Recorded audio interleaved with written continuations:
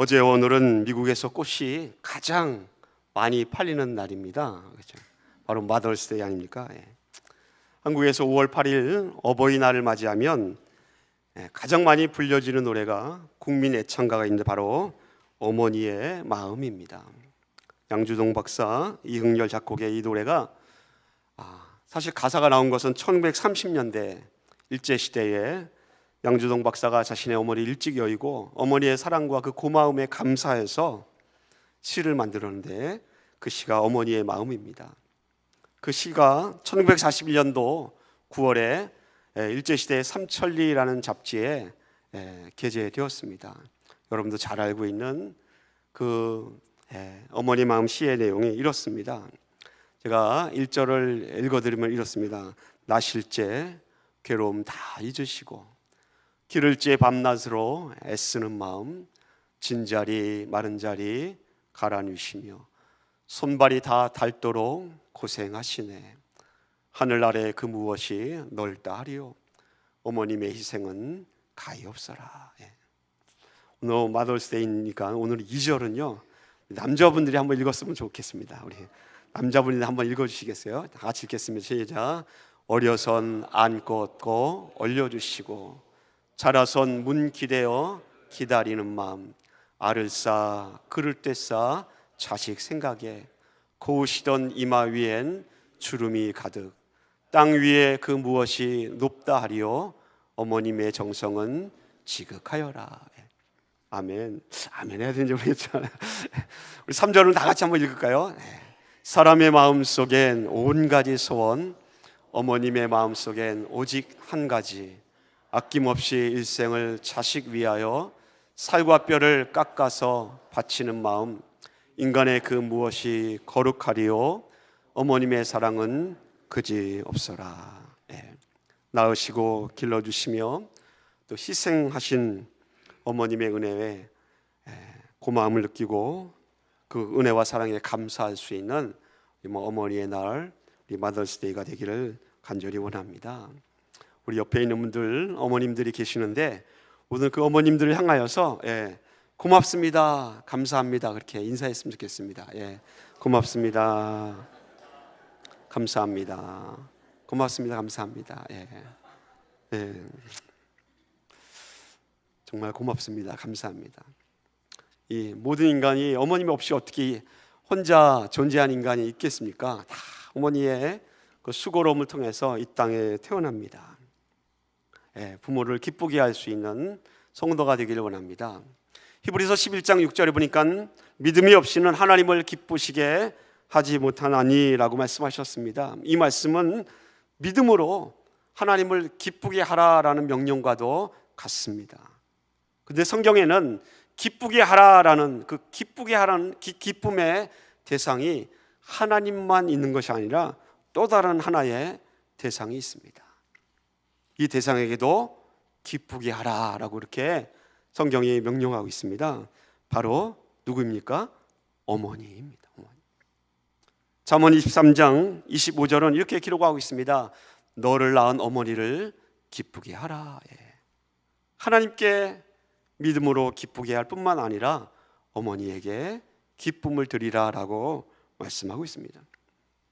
우리가 믿고 그 말씀에 순종하는 성경은 끊임없이 부모에 대한 소중함을 우리에게 가르치고 있습니다. 여러분 십계명에 나와 있는 출애굽기 20장 12절 말씀은 이렇게 기록되어 있습니다. 내 부모를 공경하라. 그리하면 내 하나님 여호와가 내게 준 땅에서 내 생명이 길리라. 이 10가지 십계명 중에서 첫 번째부터 네 번째까지가 하나님과 우리 사이의 관계를 설명하고 있는 계명이라고 한다면 다섯 번째부터 열 번째까지는 바로 인간과 인간 사이의 관계에 대해서 말씀하고 있습니다. 그런데 이 사람과 사람 사이의 관계를 설명하고 있는 십계명 중에서 가장 첫 번째 그 계명이 무엇입니까? 내 부모를 공경하라입니다. 내 부모를 경호하라. 그렇게 본다면 하나님께서 이 땅에서 가장 처음 우리가 만나는 가장 작은 공동체이지만 가장 기본적인 공동체, 이 가정을 지켜내고 가정을 유지하기 위한 그 첫 번째가 무엇인지를 우리에게 가르쳐 주고 있습니다. 무엇입니까? 부모를 공경하라. 지난 주일에 요한일서 4장 7절로 8절 말씀을 중심으로 하나님은 사랑이심이라 라고 말씀을 전하였습니다. 위에 계신 분 하나님, 그 하나님의 사랑이 위에 계신 사랑이라고 한다면 이 땅에서 그 사랑을 이야기할 때에 어머니의 사랑을 빼놓고서는 사랑을 논할 수 없을 것입니다. 어머니의 사랑은 하나님께서 우리를 얼마나 어떻게 사랑하시는지를 깨닫게 해주시는 하나님의 사랑을 깨달을 수 있는 통로이기도 합니다. 하나님의 사랑이 어떤 사랑인지를 그것을 반영하는 마치 거울과 같은 사랑이 바로 부모의 사랑이라는 것입니다. 하나님께서 우리를 얼마나 사랑하셨는지, 그리고 하나님께서 지금도 여전히 우리를 얼마나 사랑하고 계시는지, 앞으로도 하나님이 우리를 어떻게 사랑하실지 부모의 사랑을 통하여서, 어머니의 사랑을 통하여서 우리에게 거울처럼 비추어 준다라는 것입니다. 그래서 어떤 사람은 부모의 사랑은 하나님의 사랑을 깨달을 수 있는 통로와 같다라고 그렇게 말씀하시는 분도 계십니다. 사랑하는 성도 여러분, 오늘 말씀의 제목이 어머니가 되기 위해 어머니임을 포기하다라는 제목입니다. 사실 이 제목은 제가 만들어낸 제목이 아니라 한 수필의 제목입니다. 한국의 한일장신대의 구약학 교수이신 이종록 목사님께서 구약에 있는 30명의 여성들을 추려서 그분들의 어머니 되심에 대해서 수필을 60회에 이어서 연재했습니다. 그 수필 가운데 바로 사무엘의 어머니 되시는 한나에 대해서 정한 수필의 제목이 바로 어머니가 되기 위해 어머니 되기를 포기하다라는 제목입니다. 여러분, 우리가 잘 알고 있는 사무엘의 어머니 모친 되시는 한나는 어떤 여인입니까? 사무엘상 1장 11절에 보니까 이렇게 기록되어 있습니다. 서원하여 이르되 만군의 여호와여, 만일 주의 여종의 고통을 돌보시고 나를 기억하사 주의 여종을 잊지 아니하시고 주의 여종에게 아들을 주시면, 그리하면 내가 그의 평생에 그를 여호와께 드리겠다. 삭도를 그 머리에 대지 않겠다라고 한나가 하나님께 서원하여 기도합니다. 육신으로는 아들을 낳았지만 그 아들을 내가 소유한 것이 아니라 하나님께 드리겠다라고 한나가 아들을 포기한다는 기도를 하나님 앞에 드립니다. 이종록 교수님의 그 수필을 읽고 나서 제가 정말로 가슴에 확 와닿습니다. 정말 그렇구나. 어머니가 되기 위해서 어머니임을 포기한 사람이 있구나라는 그런 은혜를 받았습니다. 이 수필을 읽으면서 생각나는 또 다른 사람이 있는데 바로 오늘 출애굽기 2장에 등장하는 여인입니다. 성경에는 어머니이지만 어머니임을 포기한 여인들이 등장합니다. 그 중에 3명의 여인을 꼽으라고 한다면 첫째는 예수님을 낳은 바로 예수님의 어머니 마리아입니다. 그 여인도 아들을 자기 아들로 여기지 아니하고 포기할 수밖에 없었던 어머니였습니다. 그리고 두 번째는 바로 그 아들을 낳기 전부터 하나님 앞에 서원하여 하나님 앞에 드리기로 작정하고 육신의 어머니 되기를 포기했던 바로 사무엘의 모친 한나입니다. 그리고 마지막 세 번째가 바로 오늘 본문 출애굽기 2장에 등장하는, 이름도 등장하지 않지만 바로 모세의 모친 되시는 요게벳이라는 여인입니다. 여러분, 사실 이 요게벳이라는 이 여인은 성경에서 그리 주목받지 못하는 여인입니다. 자주 등장하지 않기 때문에 그렇습니다. 오늘 마더스데이 어머니의 날을 맞이해서 바로 오늘 말씀 가운데 이 요게벳에 대해서 함께 생각해 보기를 원합니다. 민수기 26장 59절에 보니까 이렇게 기록되어 있습니다. 아므람의 처의 이름은 요게벳이니 레위의 딸이요 애굽에서 레위에게서 난 자라. 다시 말하면 이 요게벳이라는 모세의 어머니는 어디 지파 사람입니까? 레위 지파 사람입니다. 그의 남편이 그가 아므람에게서, 아므람이 모세의 아버지의 이름입니다. 그의 형 아론과 모세와 누이 미리암을 낳았다라고 성경 기록하고 있습니다. 레위 지파의 후손 요게벳. 근데 더 놀라운 것은 이 요게벳이라는 이름입니다. 그 이름의 뜻이 성경에서는 여인에게 한 번도 붙여진 적이 없는 이름의 뜻을 갖고 있습니다. 그 요게벳이라는 이름의 히브리어 뜻이 바로 여호와의 영광이라는 뜻입니다.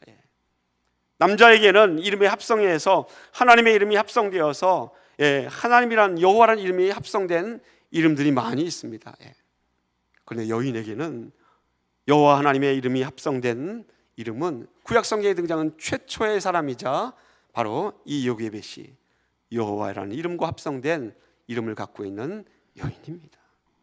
그렇게 본다면 부모가 여인에게 딸을 낳았을 때 여호와의 영광이라는 그런 이름을 지어주었다면 부모의 신앙이 얼마나 돈독했는지를 우리가 충분히 미루어 짐작할 수 있습니다. 그렇지 않습니까? 다시 말하면 이 요게벳은 그의 이름을 보았을 때에 또 그가 살아왔던 그러한 성경에 가끔씩 표현된 내용들을 볼 때에 믿음으로 자랐고 믿음으로 하나님을 섬겼던 돈독한 신앙의 가문에서 자랐음을 우리가 알 수 있습니다.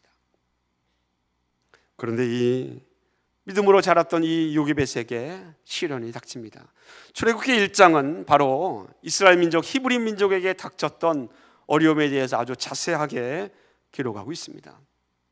히브리 민족은 400년 전에 바로 야곱과 그의 아들들이 막내 11번째 아들인 요셉에 의해서 애굽으로 다 이주합니다. 요셉이 있을 때는 존경을 받았고 요셉이 살아있을 때는 분명히 사람들한테 많은 좋은 평을 들었을 것입니다. 근데 성경은 기록하기를 요셉을 알지 못하는 새 왕이 점점점 등장하면서 그리고 이스라엘 민족이 점점점 번성해지고 강해지면서 히브리 민족에 대한 두려움을 갖게 되었다라고 출애굽기 1장은 기록하고 있습니다.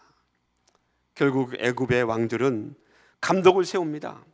그리고 그 감독을 세워서 히브리 민족에게 노동을 시킵니다. 성을 짓게 하는 강제 노동을 시키며 학대하기 시작합니다. 출애굽기 1장 12절 말씀 이렇게 기록하고 있습니다. 그러나 왕들이 학대하면 학대할수록 마치 노예처럼 그렇게 부리면 부를수록 그러나 학대를 받을수록 더욱 번성했다라는 것입니다. 더욱 번성하여 퍼져나가니 애굽 사람이 이스라엘 자손으로 말미암아 근심했다라고 성경 기록하고 있습니다. 여러분, 학대하면 학대할수록 더 히브리 민족이 강해졌고요, 더 번성했습니다. 그러자 애굽의 왕은 바로는 멈추지 않고요, 더 고된 일을 시키기 시작합니다. 성을 짓는 일뿐만 아니라 벽돌로 굳게 합니다. 거기서 멈추지 않고 농사일까지 맡깁니다. 그리고 결국에 가서는 애굽의 왕 바로는 애기의 아기를 받는 산파를 시켜서 만약 사내 아이가 낳으면 나일강에 던지라고 명령합니다. 출애굽기 1장 22절 말씀 이렇게 기록하고 있습니다. 아들을 낳으면 나일강에 던지고 딸이거든 살려두라라고 명령한 것입니다. 여러분, 애굽 왕 바로의 명령입니다. 절대 군주의 명령이 내려진 것입니다. 만약 사내 아이들이 이 나일강에 이 명령 때문에 얼마나 많이 죽었을지 여러분 혹시 상상해 가십니까? 추정껏 때 거의 200만 명에 이르는 그 히브리 민족들이 사내 아이를 낳으면 다 나일강에 던져져 죽어야만 했습니다. 여러분, 애굽은 그 당시에 다신교입니다. 다시 말하면 여러 신을 믿었다라는 것입니다. 이 나일강은 이집트에서 가장 중요한 그런 생명의 젖줄이 바로 나일강 아닙니까? 나일강의 홍수가 범람하면 이 나일강을 어떻게 잘 관리하고 다스리는가에 따라서 그 해의 농산물의 풍성함이 결정됩니다. 나일강 하구에 형성되는 퇴적물에 그것을 잘 물을 다스려서 농사를 지으면 풍성한 농작물의 수확을 거둘 수 있기 때문에 그렇습니다. 그렇기 때문에 다신교를 믿는 이 애굽에 당연히 나일강을 다스리는 신이 있습니다. 그 신의 이름이 하피라는 신입니다. 히브리 민족의 사내 아이가 나일강에 던져졌을 때 애굽 사람들과 바로는 아마도 기뻐했을 겁니다. 나일강을 잘 다스리는 하피 신에게 히브리 민족의 사내 아이를 희생제물로 수없이 바쳤기 때문에 나일강을 잘 다스려서 농사가 잘 되게 해달라고 그렇게 기뻐하고 그렇게 원했을지도 모릅니다. 바로 이러한 상황 속에서 아이를 가졌고 사내 아이를 낳은 여인이 바로 요게벳입니다.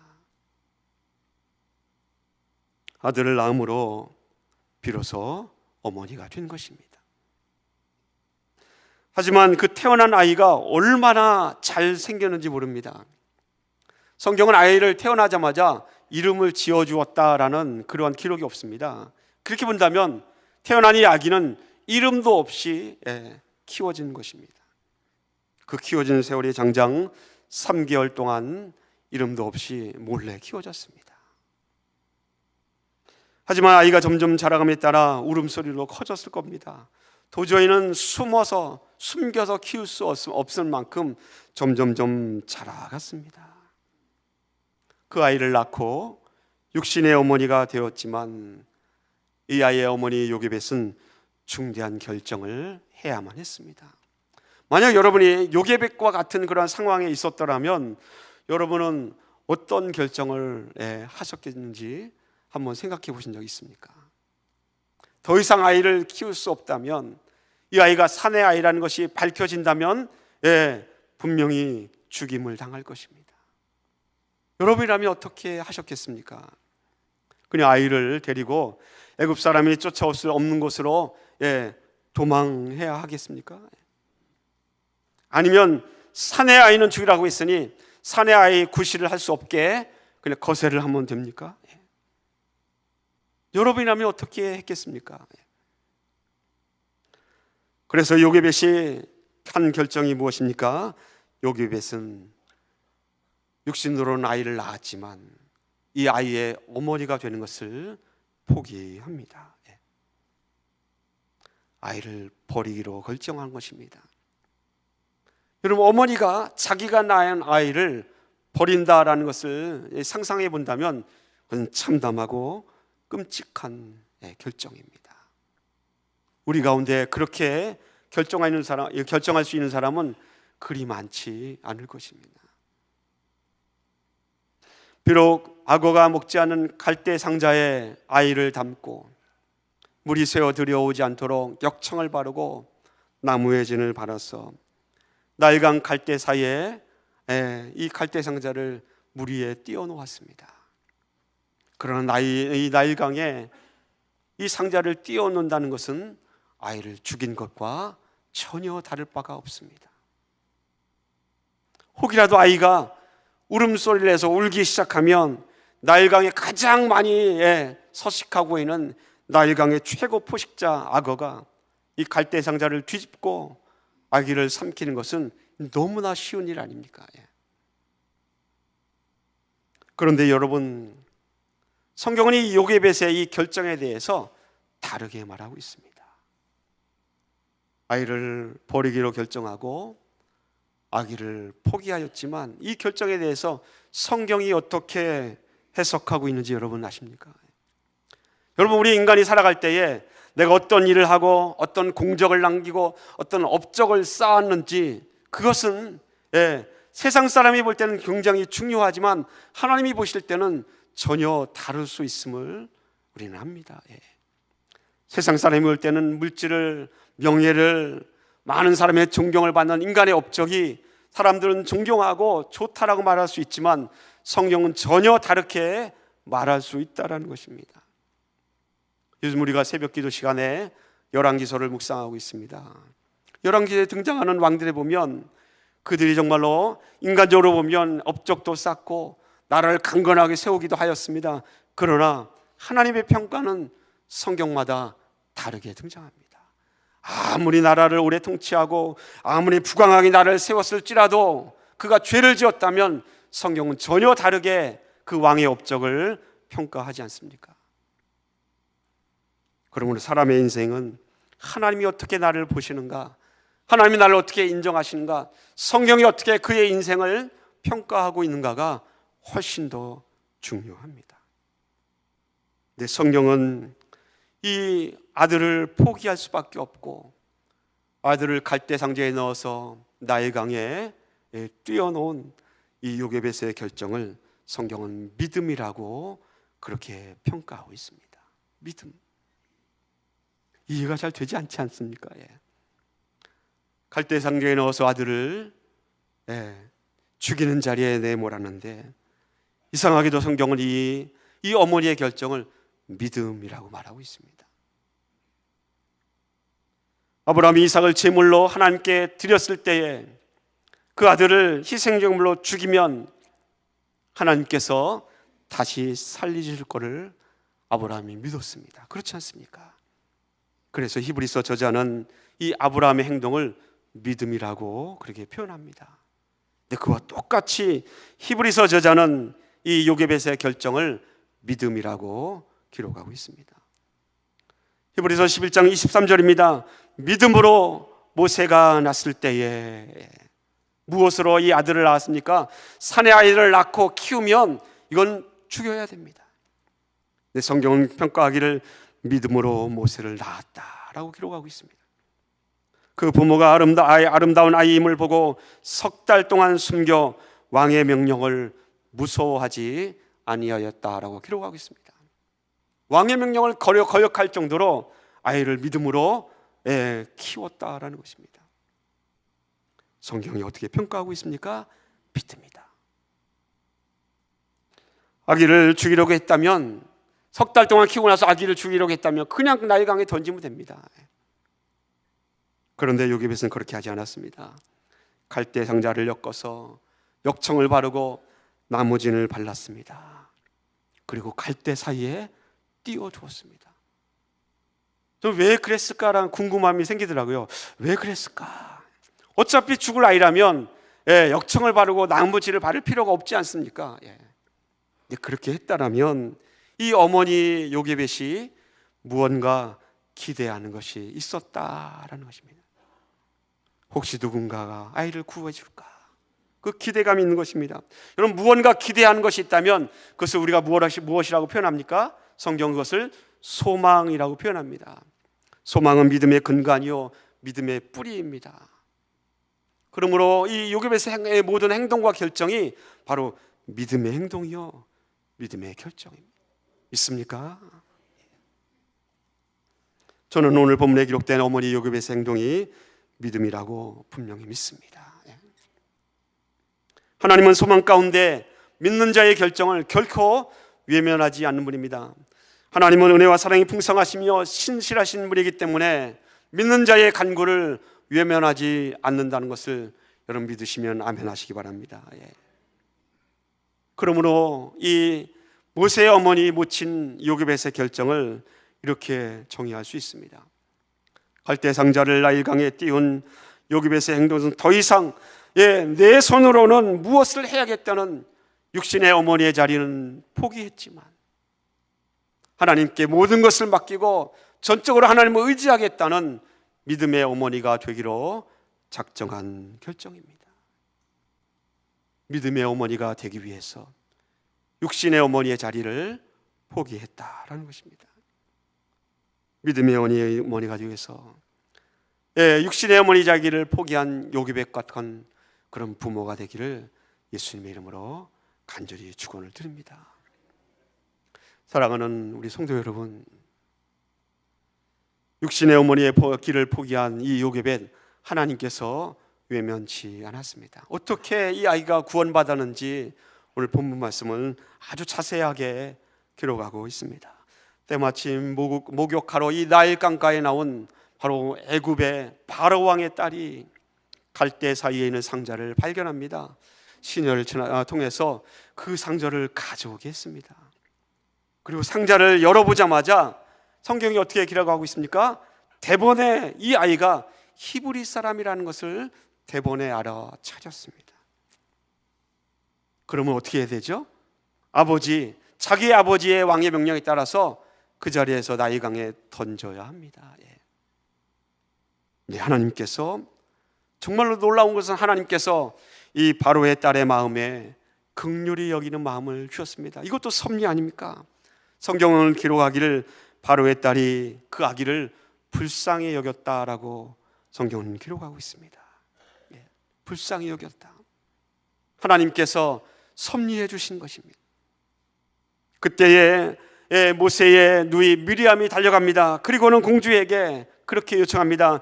당신을 위하여 히브리 여인 중에 아기에게 젖을 먹일 유모를 구해드리리까. 놀라운 것은요, 이 요청에 대해서 이 바로의 딸이 허락하는 것입니다. 그것도 놀랍습니다.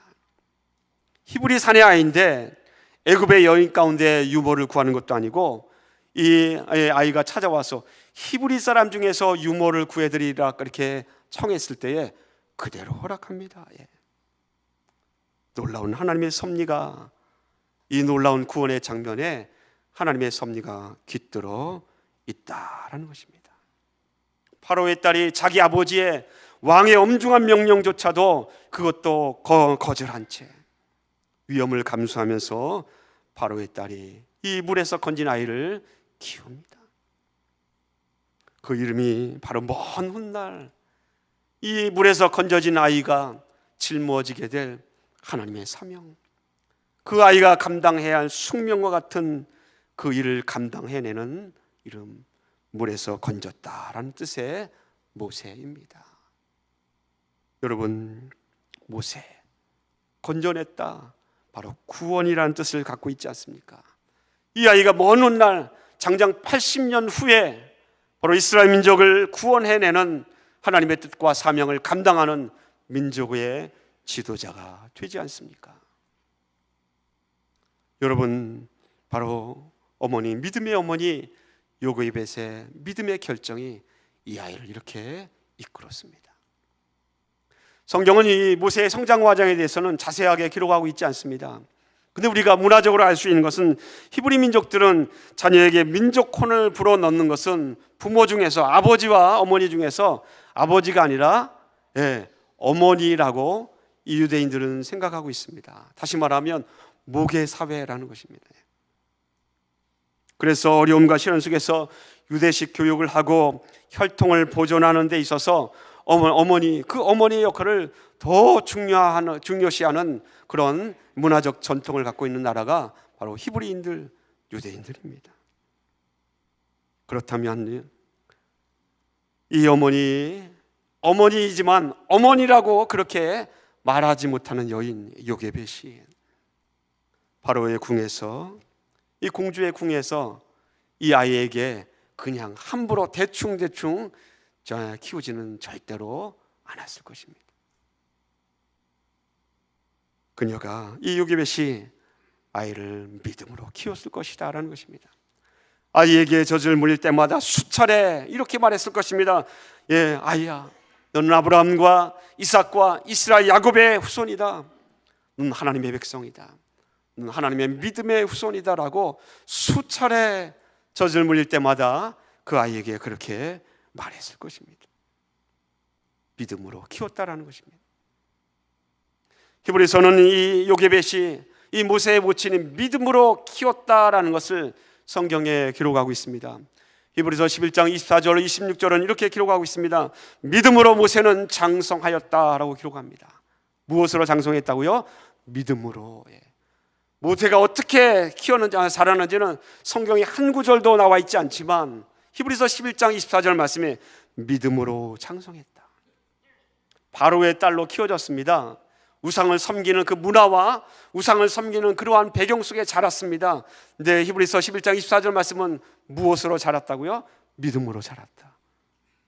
바로의 딸이 이 양아들 모세에게 믿음으로 키웠겠습니까? 아니지 않습니까? 누가 키웠습니까? 육신의 어머니라고 말할 수 없었겠지만 그 유모인 친어머니는 요게벳이 믿음으로 키웠습니다. 우리는 이 한마디 말씀 속에서 요게벳이 그 아들을 어떻게 키웠는지를 다 미루어 짐작할 수 있습니다. 믿음으로 모세를 키웠습니다. 바로의 공주의 아들이라 칭함받기를 그 아들이 거절했다라고 성경은 기록하고 있습니다. 25절 말씀은 도리어 하나님의 백성과 함께 고난받기를 잠시 죄악의 낙슬을 누리는 것보다 더 좋아했다라고 기록하고 있습니다. 그 아이가 자라나는데 양아들이지만 바로의 공주의 아들이니까 왕자 아닙니까? 왕자가 누릴 수 있는 명예와 권세와 누릴 수 있는 모든 그러한 것들을 다 거절했다라고 성경은 기록합니다. 그리고 도리어 하나님의 백성들과 함께 고난받기를 좋아했다라고 기록하고 있습니다. 심지어 26절 말씀은 이렇게 평가합니다. 그리스도를 위하여 받는 수모를, 모세가 받았던 그런 어려움과 또 고민과 고통에 대해서 그리스도를 위하여 받는 수모라고 그렇게까지 성경은 평가하고 기록하고 있습니다. 애굽의 모든 보화보다 더 큰 채물로 여겼으니 이는 상 주심을 바라봅니다. 성경이 어떻게 평가하고 있는지. 사랑하는 성도 여러분, 양아들로서 영화를 누릴 수 있었습니다. 권세를 누릴 수 있었습니다. 명예를 누릴 수 있었습니다. 그런데 다 거절했습니다. 어머니가 아들에 대한 살아날 것이라는 기대를 갖고 육신의 어머니 됨을 포기하고 믿음의 어머니로 하나님 앞에 의지했던 것처럼 이 모세도 창성하여서 자기가 누릴 수 있는 영화와 권세를 다 포기한 채 고난을 받을 수밖에 없고 수모를 당할 수밖에 없는 하나님의 백성 히브리 사람이라는 것을 그가 택하지 않았습니까? 노예와 같은 신세로 전락한 자기 백성 이스라엘 백성들을 그가 기억했습니다. 그 백성과 함께 고난받기를 자초하였으며 고난받기를 좋아했다라고 성경은 기록합니다. 사랑하는 성도 여러분, 좋은 나무가 좋은 열매를 맺는 것은 당연합니다. 믿습니까? 예수님께서 좋은 나무가 좋은 열매를 맺는다고 비유로 가르쳐 주셨습니다. 그렇다면 믿음의 어머니가 믿음의 아들을 낳는 것은 당연합니다. 여러분 믿으시면 아멘 하십시오. 목사님, 내 아들은 아직 하나님을 아직 믿지 않습니다. 교회도 아직 안 다녀요. 어렸을 때는 정말 열심히 BBS 다니고 하나님 잘 믿었는데 대학 졸업하고 나서는 하나님을 믿지 않습니다. 여러분, 이 요기벳처럼 세상에 던져진 이 자녀들을 향해서 갈대 상자를 만들고 반드시 하나님께서 구원하실 것이라 라는 믿음을 가진 어머니들, 부모가 되기를 예수님의 이름으로 축원을 드립니다. 오늘 어머니 날을 맞이하여서 이 자리에 앉아있는 여러분들 모두가 다 부모 아닙니까? 자녀가 있습니다. 육신의 자녀들 뿐만 아니라 교회 안에서 영적으로 나온 믿음의 자녀들도 있습니다. 그렇다고 한다면 육신의 부모로서 좋은 것을 먹이고 좋은 것을 입히고 좋은 것을 누리도록 하고 좋은 것을 소유하도록 하는 그런 육신의 어머니의 길이 아니라 이제부터는 믿음의 부모의 길을 택할 수 있기를 예수님의 이름으로 부탁을 드립니다.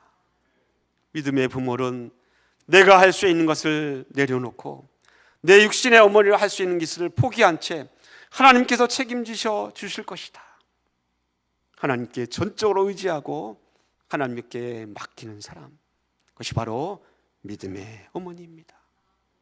오늘 말씀의 제목처럼 믿음의 어머니가 되기 위해서 육신의 어머니의 길을 포기할 수 있는 참된 부모, 어머니들, 또 아버지들이 되시기를 예수님의 이름으로 간절히 축원을 드립니다.